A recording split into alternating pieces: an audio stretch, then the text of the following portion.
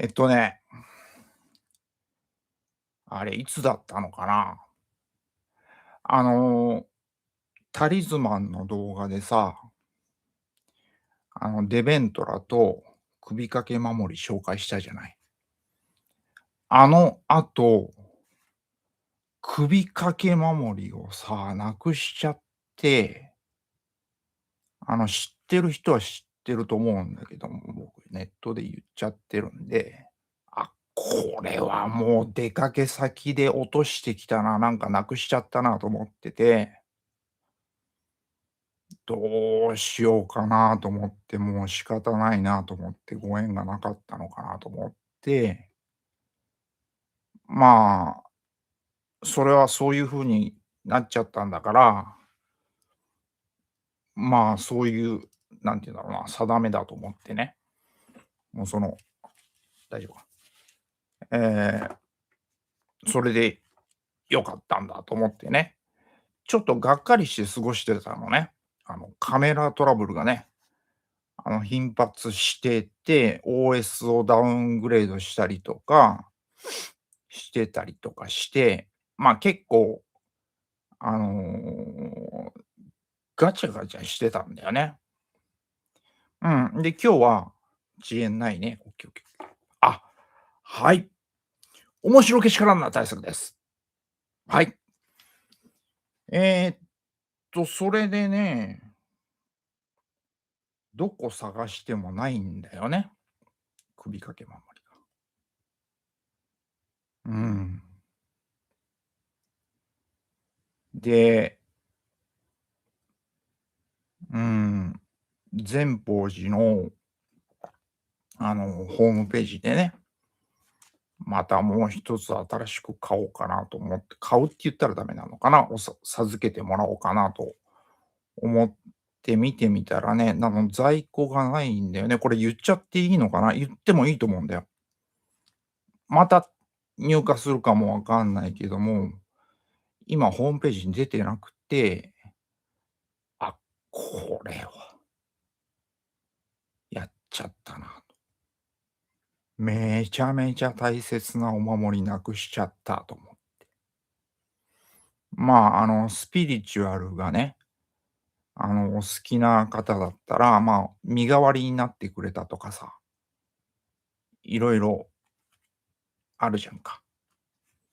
だけども、そのお守り単なるお守りというよりも、アクセサリーだし、あの、ものがね、すごいいいんですよ。ただのお守りじゃないんだよね、俺にとって。でさ、まあ、昨日から今日徹夜してさ、まあ、あの、このさ、クリップブックが、あの、良くってさ、めちゃめちゃメモ取れてんのよ、今。うん。で、これでなんだろうな、もう一気に手帳書けるようになっちゃって。で、書いててね、収益化しないといけない。で、何をやればいいのかみたいなのも考えたりとかしてたんだけど、思い立って、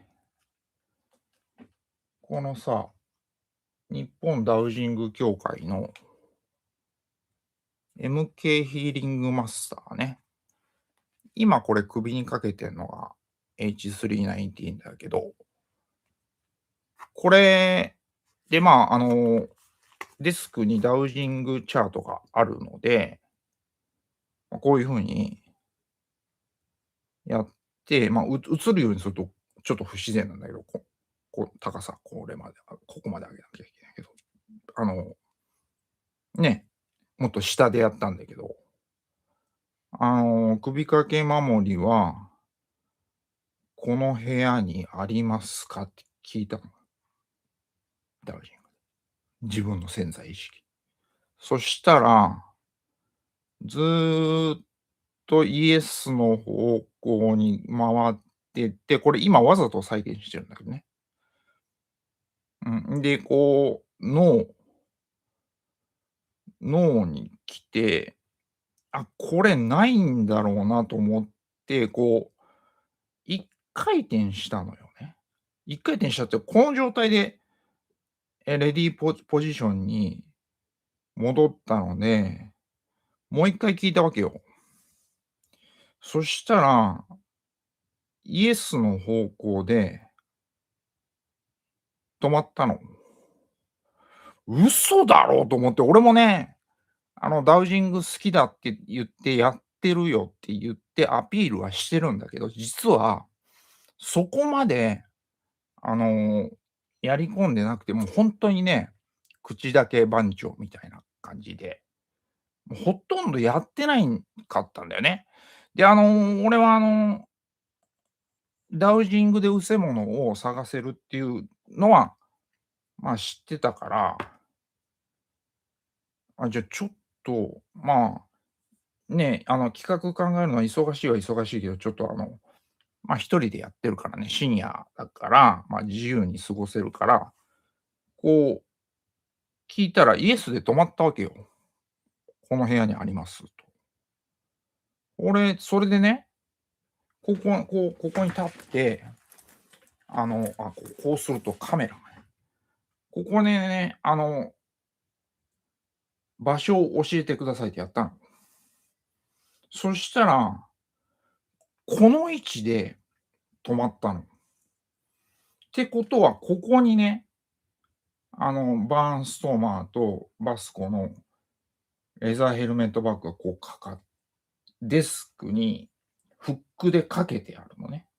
で、この対角線って、ここの今、段ボール箱をこれ、隠してるんだけど、まあ、ここに段ボール箱があって、まあ、物が入ってると。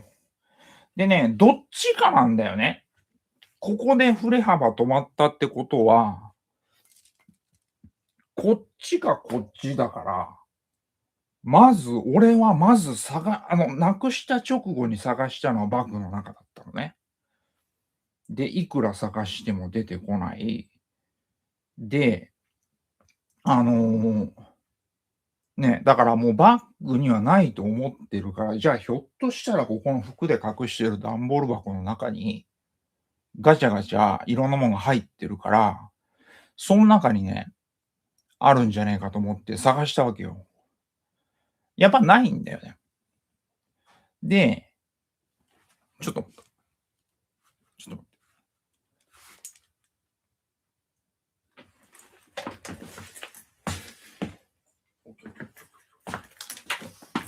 でさ、もしかして、バッグに入ってるなと思ったわけよ。ここにこうかけてある。これ。でさ、こういう風にデスクの天板に引っ掛けてあったんだけど、あのね、こっちのポケットはね、文房具を入れてたの、こっちね。で、こっちには絶対ないの。もう探しまくって、もう手探りで、まあ、確かめて、ないかったのはなかったから、もちろんないだろうと思って、ひょっとしたらこっちに、あの、7つの習慣のね、特装版を入れてるの、いつも。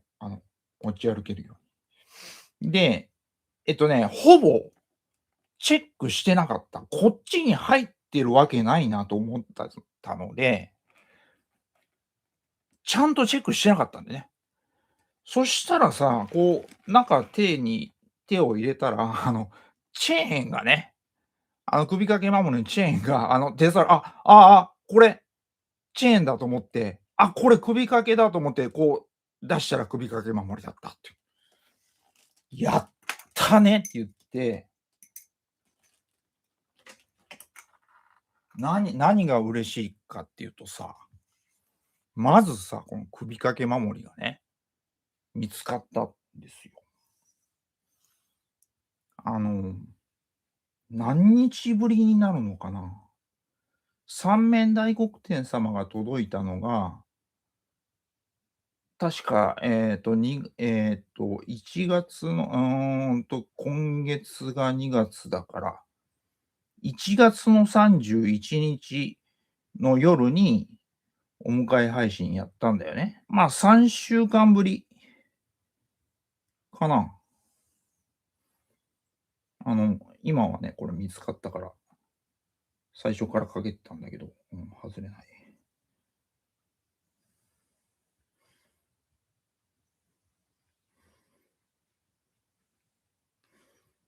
善宝寺には行ったことないんだけどね、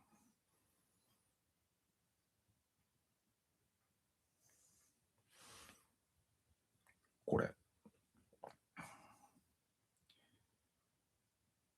見つかったのよ、これが。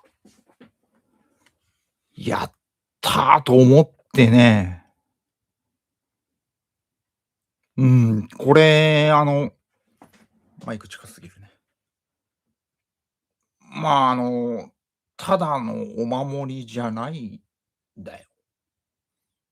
俺ね、金属の塊が大好きなの。あの、どんな金属でも好きなんだよね。俺、金属との相性いいと思うんだよ。こう真鍮製のペンとかね、大好きだから。で、もうなんだろうな、音楽のジャンルでもヘビーメタル好きだからね、アメリカのバンドに限られるのかな。うん。でもアメリカのメタルバンドでも、苦手なバンドもあるんだけど、で、その金属と相性がいいからどこで繋がんの、この話。特別な、ね、これ金属なのよ。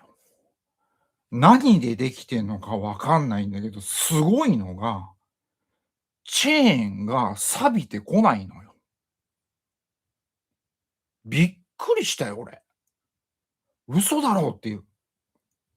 そんなにお求めにくいものではないから、ひょっとしたら俺すぐ汗で錆びてくるかもなってぐらいに思ってたのね。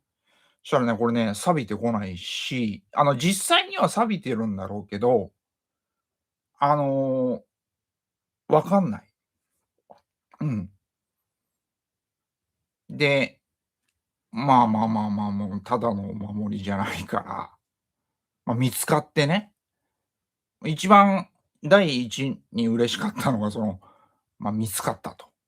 で、それを見つけるのに、ダウジングをね、ダウジングをやって、場所特定できたっていうね。うん。もうね、めちゃめちゃ嬉しかった。早朝の3時55分にメモ取ったから、メモには3時55分って書いたんだけど、何の証拠もないけどね。あなたそれ本当の話ですかって聞かれて、本当ですって言うんだけど、証拠を見せろって言われたら何もないんだけどね。嘘をついてないから。うん。で、まあダウジングができちゃったし、ほんとに実践してやったのこれ初めてだね。バランシングとかはやってたんだけども、失せ物探しをやったのはこれ初めてで、これで NK ヒーリングマスターで特定できちゃったんだよね、場所ね。まあ、その、簡単だからね。まずこの部屋にあるかどうかっていうのをダウジングチャートで聞いて、で、あるってなったらさ、この部屋ってそんなに広くないじゃん。なんだろうな、旅館の大広間なわけじゃないから、もういろんなわけのわかんないパーツとか何のなのかもわかんないようなものがブワーって散らかってて、これで運気落ちてるんだろうなっていうのは分かってんだけど、ちょっとね、物が捨てられない、性分だから、ちょっと運気下がってるなとは思ってるんだよね。だからもうごちゃごちゃっとしてるわけよ。そういう意味では難しいんだけど、邦楽がこう来たから、どっちかだってなったのよね。うん。そしたらさ、もうその可能性がある場所ってもうこのバッグの中か、箱かしかないから、比較的簡単なダウジングだから、できたんだろうと思うんだけど、まぐれかもわかんないし、まね、そもそもダウジングのことを、信じないとかね、信用しない人にとっては何を言ってんだこいつはってことになるんだろうけど。うんうんうんうんうん。それであの、横流店舗と三面様が、ね、なんかバタバタっとなんかわかんないけど、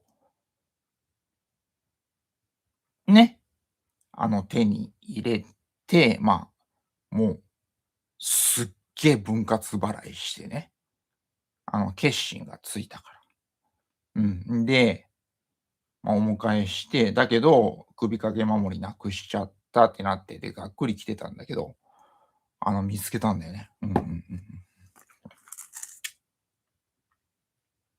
その話しようと思って。もう今日時間がないから、あのね、全然関係ないけど、超宇宙刑事ギャバンインフィニティ面白い。もうやめてくれっていうぐらい面白い。俺なんで面白くなかったかというと、音だね。ヘッドホンつけずに、iMac のスピーカーの音でギャバンインフィニティの1話見たんだよね。で、しかも待ち遠しかったから、徹夜明けだったのよ、1話のその日曜日、が。で、結構ね、体調は悪くはないんだけども、良くもなかった。うん。で、今日、首掛け守り見つかったし、それで俺さ、普段からこのフィンガーレスグローブつけてんじゃんか。で、主人公のドキー・レイジがフィンガーレスグローブつけてんじゃん。で、なんかの縁だし、俺が考えてる漫画のキャラクターね、の主人公がややこしレイジっていう、宇宙を股にかける、銀河探偵なんだけどね。レイジっていう名前のキャラを考えたんでね。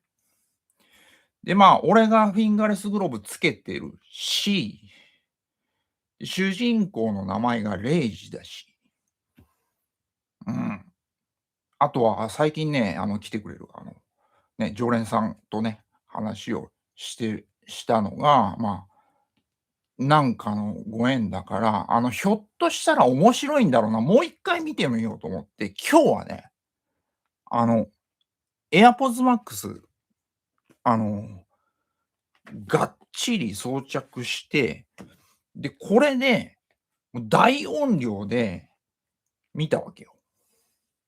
これ今ね、これつけるとマイク切り替わっちゃうんだよ。今大丈夫？うん。したらさ、もうわけわかんないぐらい面白いんだよ。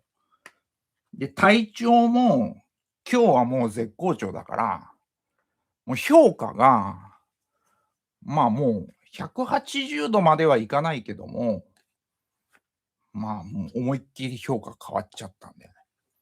もう俺仮面ライダーよりギャバンの方が面白いわってなっちゃった。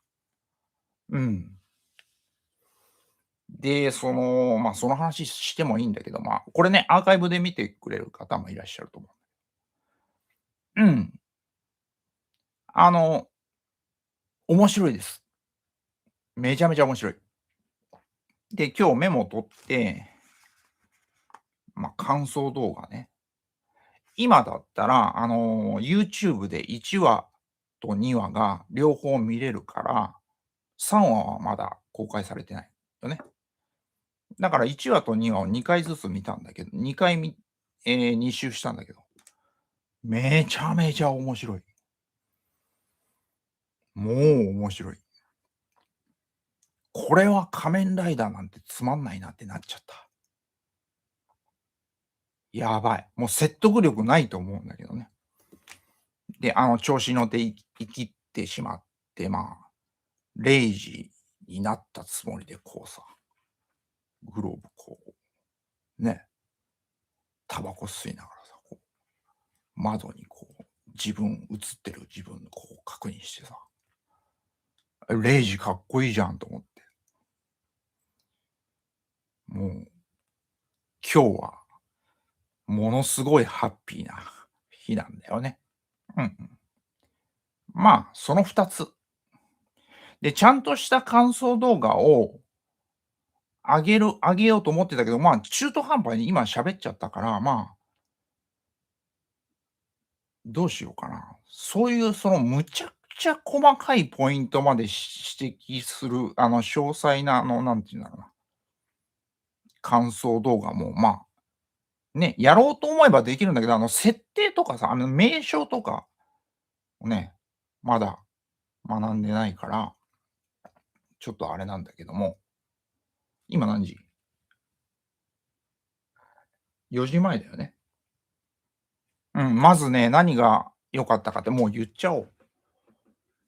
何がダメだったかっていうポイントがあるんだけど、それは、あの、超宇宙刑事ギャバン・インフィニティの初乗着シーンが、乗着後の姿が出てこない展開で、その第1話で初乗着して、その乗着の時にちゃんとシステム説明の一連のあの、説明がちゃんと差し込まれて、それで定着して欲しかったんだよな。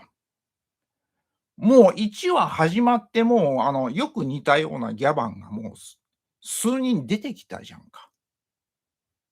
だから、その初定着が生きてこないんだよね。俺が見た時にね。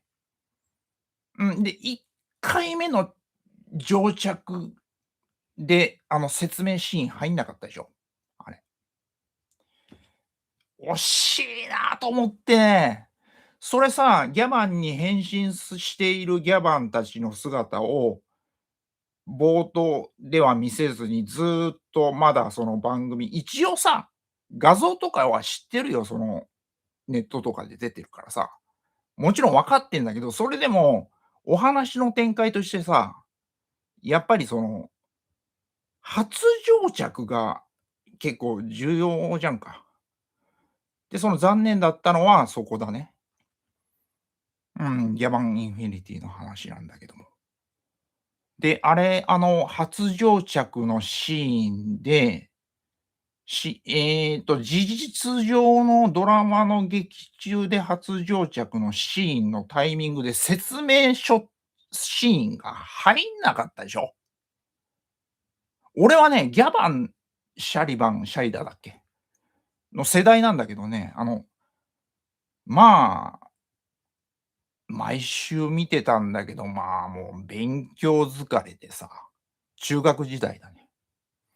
ぼーっと見てて、なんかやってるなと思って、なんかぼーっと見ててね、感じだったから、その詳細に覚えてないんだけども、あれやって欲しかったんだよな、その冒頭からずっと変身後のギャバンのスーツを見せずに、ドラマが展開して、無理があるけどね。それで宇宙空間始まりのあの戦闘シーンだったらから始めようと思うと、へあの、じょうん乗着後のギャバン見せないと、どうにも描けないと思うんだけどね。で、それだったらむしろ、最初に宇宙空間出さなくてもいいぐらいのね。俺がもし脚本書くんだったら、そういう風にしたね。で、そこが残念だった。うんうんうん。で、その良かったのは逆に、やっぱり冒頭が、あの、なんて言うんだろうな、某スター・ウォーズ風のね、宇宙空間でなんていうの、まあ、嫌な言い方だけど、戦闘機、宇宙船同士が、こう、交戦っていうのは、向かって、こう、撃ち合いになってるシーンから始まって、1回目見た時はなんだか分かんなかったのよ。あの、なんだか分かんないうちに、もうぼーっとしてるうちにもうそのシーン終わっちゃったから、何なんだろうなっていう感覚だったんだけど、よく2回目見てみたら、もうなんか、往年のさ、シューティングゲームあるじゃん。ねえ、俺ら世代だったら、ゼビウスとかさ、ゼビウスっぽくはないな。なんだろうな、俺はあんまり詳しくないからわかんないんだけど、3D シューティングゲームみたいにね、画面になってたでしょ。俺ね、それはもうむちゃくちゃ好きなのよ。冒頭が宇宙空間から始まってほしいっていうのは、まあ、元から思ってて、で、そのまんま宇宙空間の戦闘シーンから始まってるから、体調が良くてちゃんと音をしっかり聞いてたら、絶対もうそのシーンでドハマりするはずだったのね。だけど、まあ、もう体調も徹夜明けの待ちくたびれてる状態で見ちゃったもんだから、あんまり入ってこなかった。音もね、スピーカーで聞いてたから。で、俺が残念だったのは画面だね。あの、その交戦してるシーンが、ぼーっと見てると、なんかただ雑な画面構成が時間がもう短時間で終わっちゃうみたいな見せ方だったから、分かんなかったんだよね。もうちょっと印象的な、あの、例えばあれは、ルーカスフィルムはストップモーションカメラだっけ？なんだっけ、ルーカスフィルムズがスター・ウォーズ撮るときに使った、撮影のシステム、なんだっけな。ああ、忘れちゃったな。あれで、まあ、あのシステムで、まあ、スター・ウォーズの、あの、戦闘シーンが撮れてるんだけど、あれと比べるとやっぱりね、つまんない。凡庸で、ただ雑なドンパチがあるだけで、なんか雑だなっていうイメージしか残んないかったのね、俺の場合は。1回目見た時は。もうちょっとなんか、この、なんだろうな、分かりやすい画面欲しかったね、一番最初に。もういきなり始まっちゃってるから。で、まあ、良かったのは、敵のマクーが敵なんだよ、多分ね。で、敵対するおそらくマクーだと思われる軍の、まあ、戦闘機って嫌な言い方だな。ライドメカライドメカのデザインがもうかっこいいし、よく見るとね。うん。で、だんだんそういう風に考えがまとまってくると、ギャバリオントリガーだっけ、だんだんかっこよく見えてくるんだよね。そう。あ、これ、ちゃんとした銃だ。あ、これ銃の形してるってだんだん分かってくるのよ。ギャバリオントリガーで合ってんの？ギャバリオントリガーが銃形態の時だよね。うんうん。で、あれね、まあ、俺も、まあ、見る前はあれが銃に見えないとか、たとえあれが変形したとしても宇宙船に見えないみたいな野暮なこと言ってたんだけど、ちゃんと改めて見てみると、やっぱりちゃんとできてるし、あの、そう。かっこよかった。うん。そうね。うん。なんだろう。この時間は多分ね、誰も来てくんないと思ったから、何かしら話を用意しないといけないと思って、さっき、始める前まで手帳で、あの、ガチャガチャ書いてたんだけど、やっぱり一番言いたいのは、もう首掛け守りが見つかったということを、喋るのが、一番俺が熱く今語れることだなと思ったのと、それはもう一つ、それで、30分ぐらいの配信にしようかなと思ったんだけど、なんか芋づる式にギャバンインフィニティの感想みたいなことに流れ込んじゃったけどね。面白い。レイジかっこいい。やべえ。やばい。もう俺大絶賛するよ、あれ。仮面ライダーより面白いよ、あれ。うん。っていうね、この2つかな、今日の生配信。うん。また、アーカイブで見てください。ぜひ皆さんなんか意見がありましたら、コメント欄に書いてください。はい。うん。だからやっぱ俺はちゃんとがっちりちゃんと左右の音がある程度大きいボリュームで、ちゃんとステレオで鳴ってないと、没入感がないんだよね。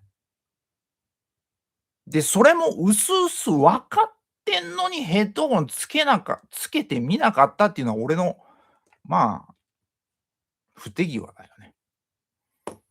もう待ち遠しくて徹夜しちゃってたから、疲れちゃってた。うん。体調は悪くなかったんだけど、良くもなかった。で、今日はさ、めちゃめちゃ絶好調なわけよ。もう、わけわかんないぐらい、今日はね、結局は一人でずっと過ごしてるわけなんだけど、俺は一人で過ごすのが、苦にならないから、めちゃめちゃ今日ハッピーな日になったんだよね。うん、その話したかった。はい。どうだろうか。ここで終わっといた方がいいのかな。うん。あとギャバンインフィニティで良かったのは、アクションシーン。あの、こうさ、ギャバリオントリガー持ってさ、前のめりに飛び込んだ状態で、撃つシーンあったでしょ？インフィニティが。あれ、インフィニティって言えばいいのかな？赤いギャバンね。レイジ。で、あれがまずかっこよかったのと、アクションのキレがいい。冒頭の喧嘩シーン、喧嘩っていう言い方が多分妥当だと思うんだけど。だから、ほんとはね、俺ちゃんと見てたら、ちゃんと最初っからドハマりするドラマになってた。やっぱり喧嘩シーン欲しいんだよ、男の子だから。あの、その、なんて言うんだろうな、不真面目な喧嘩じゃなくて、ちゃんとした、あの、喧嘩のシーンで、やっぱり主人公が喧嘩で勝って欲しいんだよね。俺さ、漫画描こうと思っていろいろ考えるんだけど、やっぱりね、少年漫画描こうってなるとさ、やっぱり喧嘩シーンが一番最初にあった方が、話として綺麗にまとまるんだよね。俺が描きたい、漫画はそんな感じなんだよね。で、その方にばっちりはまってるし、うん。で、こう前のめりでギャバリオントリガーをこう、飛びながら撃ったシーンあったのと、あと、鉄骨の下をスライディングみたいにさーってこう滑り込んできて、あれなんて言うんだっけ、えっと、え、あのね、あのモンスターね、エモルギアエモルギアのえなんだろうな、ま、怪人あれ人じゃないな、と戦ったシーンも良かったし、もうここまでは第1話だけの話なんだけれども、あとはそのやっぱりレイジのね、熱いその熱血というか、ちゃんと人の気持ちがよく理解できて、で、自分の信念をしっかり持ってて、うん、熱い、ね、赤いギャバンにふさわしいね、セリフがね、いっぱいあった。うん、ちょっと熱くなっちゃったね。うん。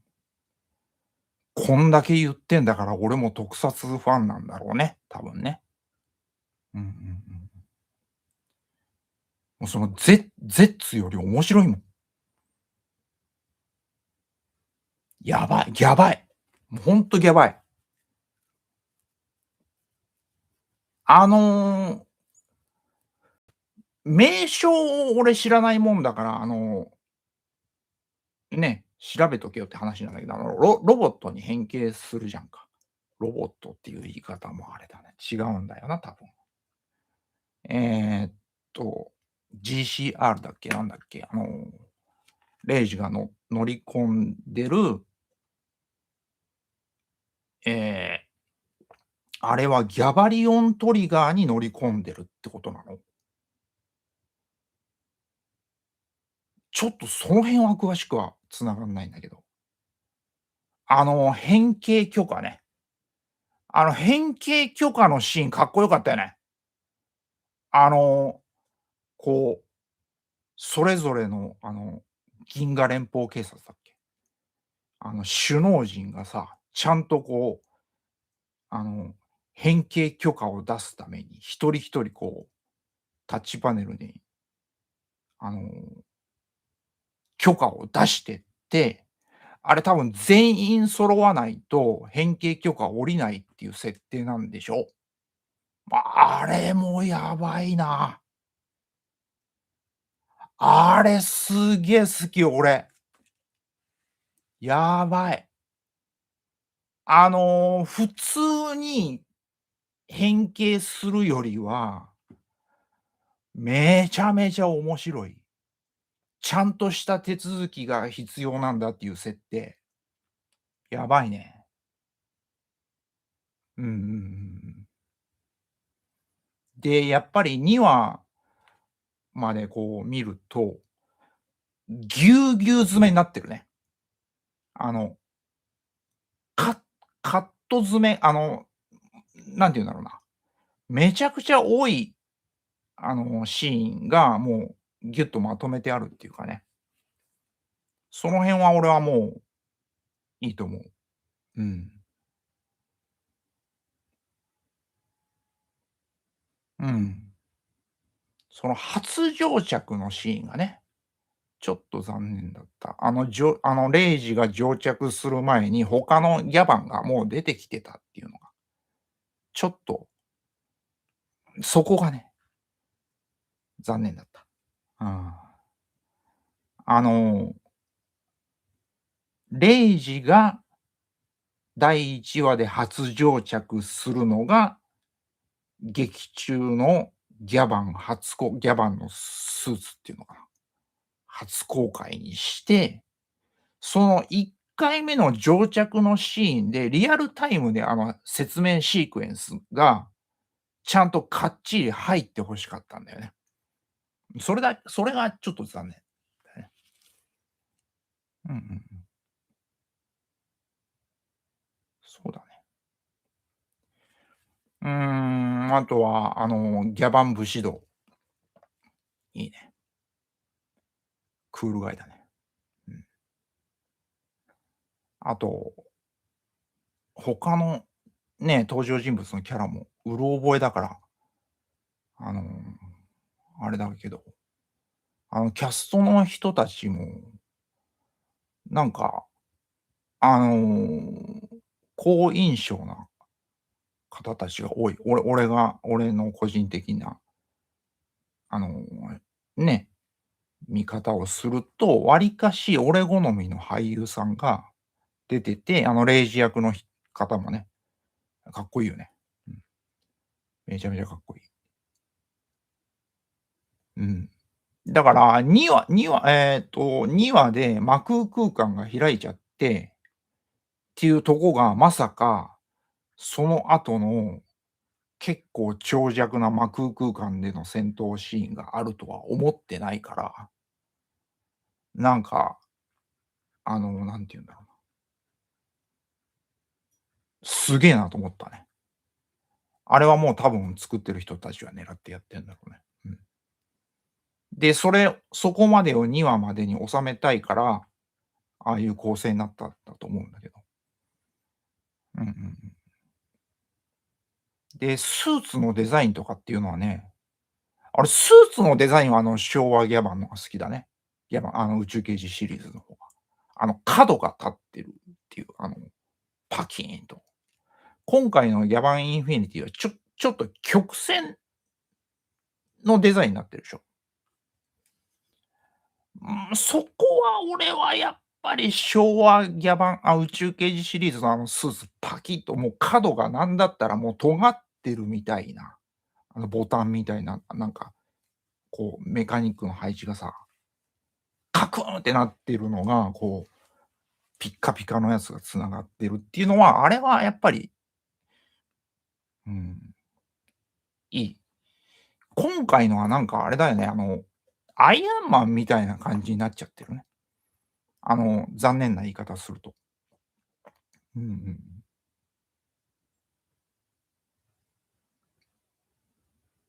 あとは何だろうな、色々あって、まあ、やっぱりレイジの、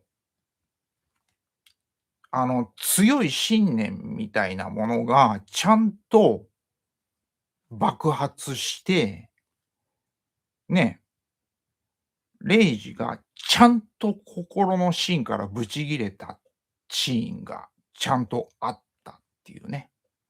それが1話でちゃんとあったっていうのは、そこはもう俺大好きなんだよね。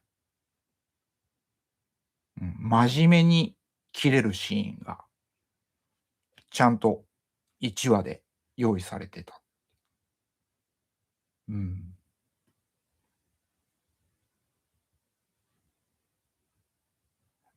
だから、俺が個人的にこのフィンガーレスグローブ、つけてるのがなんか嬉しくなっちゃってね。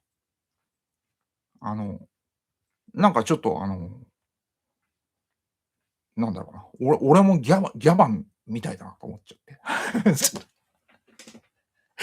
50歳の親父がこんなこと言ってますよ。はい。まあまあまあ、はい。うんうんうん。なんか個人情報移ってたらまずいんだけど、移ってないよね。移ってないね。うん、移ってない。うん。まあ、やっぱり俺の場合はさ、なんかメモをぎっちり取って、なんか詳細に考えて、語る順番とか考えてると、こういうトーク取れないんだよね。なんて言うんだろうな、リズメでやるのがむっちゃくちゃ苦手なのね。だからぶっつけ本番でやった方がいいし、そうなんだけど、ぶっつけ本番に弱いっていう、まだ離れしてないっていうかね、ユーチューバーとしてもまだまだうん、場数が足りないみたいなことなんだけど。まあ、面白かった。絶対見るよ、俺、毎週。うん。Mac 用の地デジっちゅうのは久々に繋いだからね。録画成功するかどうかはもうひたすら怪しいんだけど、日曜日始まりだとしたら来週のね、第3話から、一応録画予約取っといて、TVer で見るとさ、CM がね、全然関係ない CM が流れるから、日朝感出ないんだよね、あれ。やっぱりギャバンの CM でギャバンのおもちゃの CM やって欲しいんだよ。だから東映の公式の、あの、今見れるね、1話と2話はやっぱり楽しいよね。うん、そうそう。ちょっと生きてるかもわかんない、今日は。うん。やばい。俺みたいな人間は批評家とか評論家に絶対なれない。見るその時の状況によって評価がもう2点3点するから、なんかちゃんと作られたものをちゃんと評価するには、やっぱり、うん、何回か、違う状況で何回か見てみないとわかんないね。うん、ほんとにわかんない。うん。はい。49分。うん。どうだろう、今日はこの辺にしておきましょうかね。ここで終わったらまとまりいいもんね。うんうんうん。まこれ見てくださってる方ね、ぜひ、あの、チャンネル登録と、高評価ボタンね、もしね、あの、気に入ってもらえたらぜひ、ポチッとタップまたはクリックしてね、ください。はい。で、早く収益化したいので、ぜひ、あの、協力してもらえたら嬉しいです。はい。ではね、今日はこの辺で、終わりたいと思います。これはね、一応ね、どういうくくりでやってるかっていうと、不定期なんだけど、不定期配信なんだけど、午後から、あの、起きてて、退屈な時は、もう配信やるってことに、ほぼほぼなっていかないと、収益化できないから、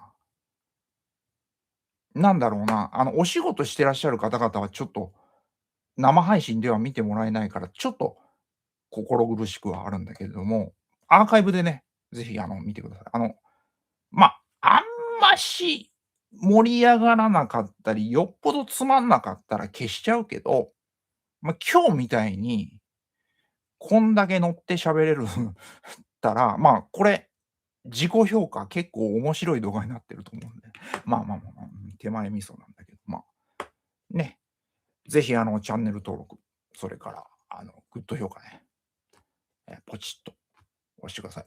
はい。ではね、今日はね、善宝寺の首掛け守りをダウジングで、え場所を特定して探し出したっていう話と、東映のね、超宇宙刑事ギャバンインフィニティの、あの、ちゃんと見たバージョンの感想を語りました。はい。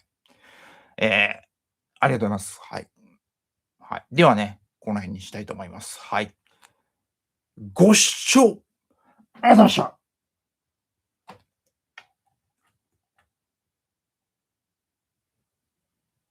はい。